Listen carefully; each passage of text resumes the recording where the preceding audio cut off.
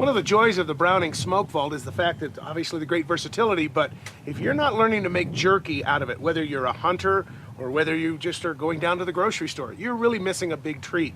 Right now, on average, jerky is in the neighborhood of around $30 a pound, and it sure is never going to be as good as what you can make. So part of what we're going to do today is show you how to make jerky here at home, do the seasonings, and we're going to teach Steve a little bit about what you look for in various types of meat. Now, you're obviously very familiar with the domestic meats. You bet. But you haven't had a lot of experience with the big game stuff, right? Just eating, not just preparing. enjoying. Yeah. Right?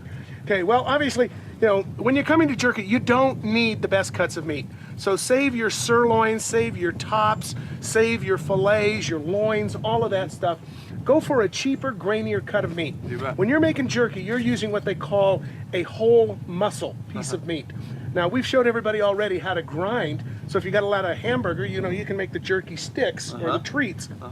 This is the more traditional stuff. So what I tell everybody is look for a cut of meat that is either not going to break the bank or is not one that you really want to serve up as a roast or, you know, a fine cut. All right. So what we're going to start with today here in the domestic is this is a round rump roast. You can use a round steak, you can use chuck, you can use a shoulder, any of it.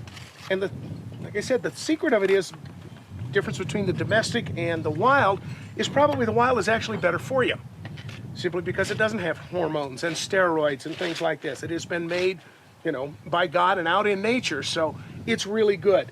You're going to watch what Steve's doing here. That is, I like to tell everybody, start by trimming your meat. You know, if you're going to waste a little bit, better to waste it now than turn out a bad batch of jerky. And like I said, you've got around. Over here, I've got, in this container here, I've got Rocky Mountain Bighorn sheep. And again, see the cartilage line here? See that tendon line? We're going to come back in and trim and cut that out. When you're looking for pieces of meat and you're going to start doing your trimming, this, by the way, is elk. This is antelope. All of them need a little bit of help. So, slide that over here. Look down here, you can see a little bit of gristle, a little bit of cartilage.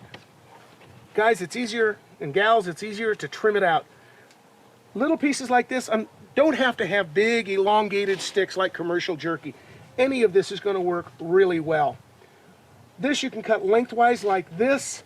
We're going to show you how to use the High Mountain Jerky Master Slicer here in a minute. But you're going to want to make sure that all of the stuff is cleaned out. If you get in here really close, you can see just a little bit of a hairline membrane. Okay? You don't have to cut it out if you don't want to. I do, though, because it just adds a little extra tug on the meat that you really don't have to tolerate if you don't want to. Take your meat scraps, throw them over off the camera somewhere, and then begin slicing your meat. Now, if you've got small chunks like this, it's probably not going to behoove you very much to break out the big jerky slicer. But they do make, High Mountain makes a great one. And it's really pretty simple. For bigger pieces of meat like what Steve is working on over there, when he gets ready, we're going to have him put it down in here, push the board down on it, and all you have to do is slide your knife across. The idea of what you want to do with jerky, be it domestic or be it wild, is keep your strips to about 1/4 of an inch. And the reason is because most of the cures that are out there and the marinades that are out there and everything that you're going to be able to utilize to bring out the flavor works on about 1/4 of an inch permeating into the meat in about 24 hours. Okay. So if you think you're just going to, you know, splash and dash this and throw it in and cut it up and be ready, you're going to lose a lot of flavor. In fact, you're not really going to get good flavor. Okay. So you're going to want to make sure that once you've got it sliced and got it marinated in a bag or however you want to marinate it particularly, it goes in the refrigerator for 24 hours. Okay. So I'm going to hand this over to you. All right. You're going to take, however it's easier for you. Okay. And like that. Okay. And that's just a safety board, basically. All you need to do now is just slide your knife along and give me a nice, clean cut. Okay. Now, if you end up with a big piece of chunk meat that's like this, about 1/2 inch, you know, and you say, gee, I really can't maybe, you know, skin it out the way I want to, here's a little trick. Cut down about 2/3 or 3/4 of the way in and butterfly it.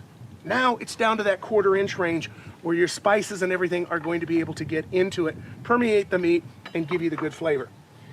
Now, if you're not familiar with everything that High Mountain makes, they've got more flavors than you've probably got imagination. Oh yeah, no doubt, no doubt. I mean, mesquite, Cajun, bourbon, Inferno. Teriyakis, Inferno. Yeah, we got to try that one. Today, what we're going to do though is we're going to stay with what the original, and this is what it's called. It's the original. It comes with a little guide inside insofar as what you do now that you've got your meat trimmed and are ready to go. Number one suggestion: weigh it. Don't guess and say, well, that's about 2 pounds. I guarantee you it'll be a pound and a quarter. You'll overspice it or there won't be enough. So weigh the container, then put your meat in, subtract the weight of the container so that you know exactly how much meat you've got in front of you. Then follow the chart. The way it's packaged, most of the marinades and most of the jerky spices come in 2 packages. One of them is called the actual seasoning. Now again today we said that this is the original. Again, you could go with the teriyaki or the Cajuns or whatever. It's in 1 package. The actual cure, this is more of the salt-based stuff that gets into the meat, breaks it down, makes it tender.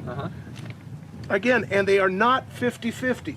So read the instructions. Know what you've got in terms of how much meat is out there. And make sure that you level it off. I don't want to see a big heaping teaspoon or tablespoon. That's way too much. Level it off, put it in here, and just shake it up real good. Take your meat slices, throw them in.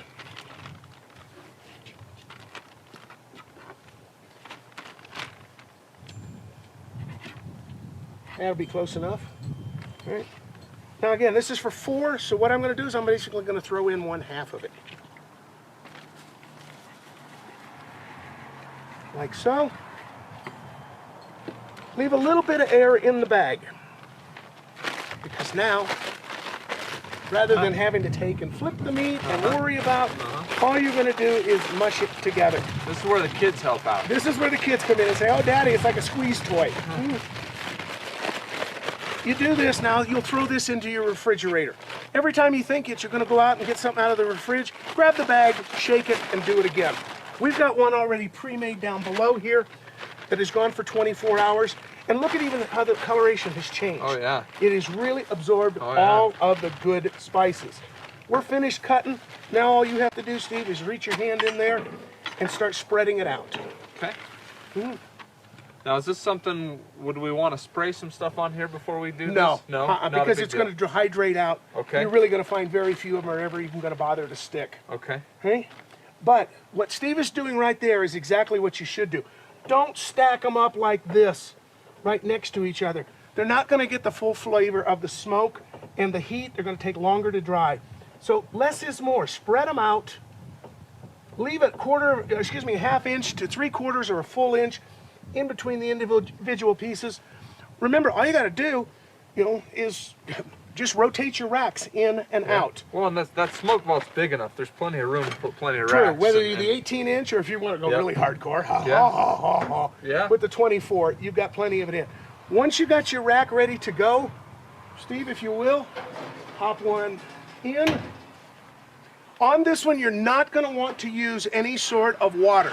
You may want to use the drip pan in there kind of as a heat barrier, but no liquid in there. The idea is we want to suck that moisture out. Let's pull that top shelf out, and you can see the fruits of our labors from this morning. Low is better. You want maybe in the neighborhood of 150 to maybe 180, 190. It should only take actually about a couple of hours to get it going. Now here's some of the stuff that we did as the snack sticks, but as you can see, this is more the whole muscle. You can see, and it's flexible. See, it shouldn't snap like a potato chip. Give me a taste test. That's great. That will keep, that is elk, by the way.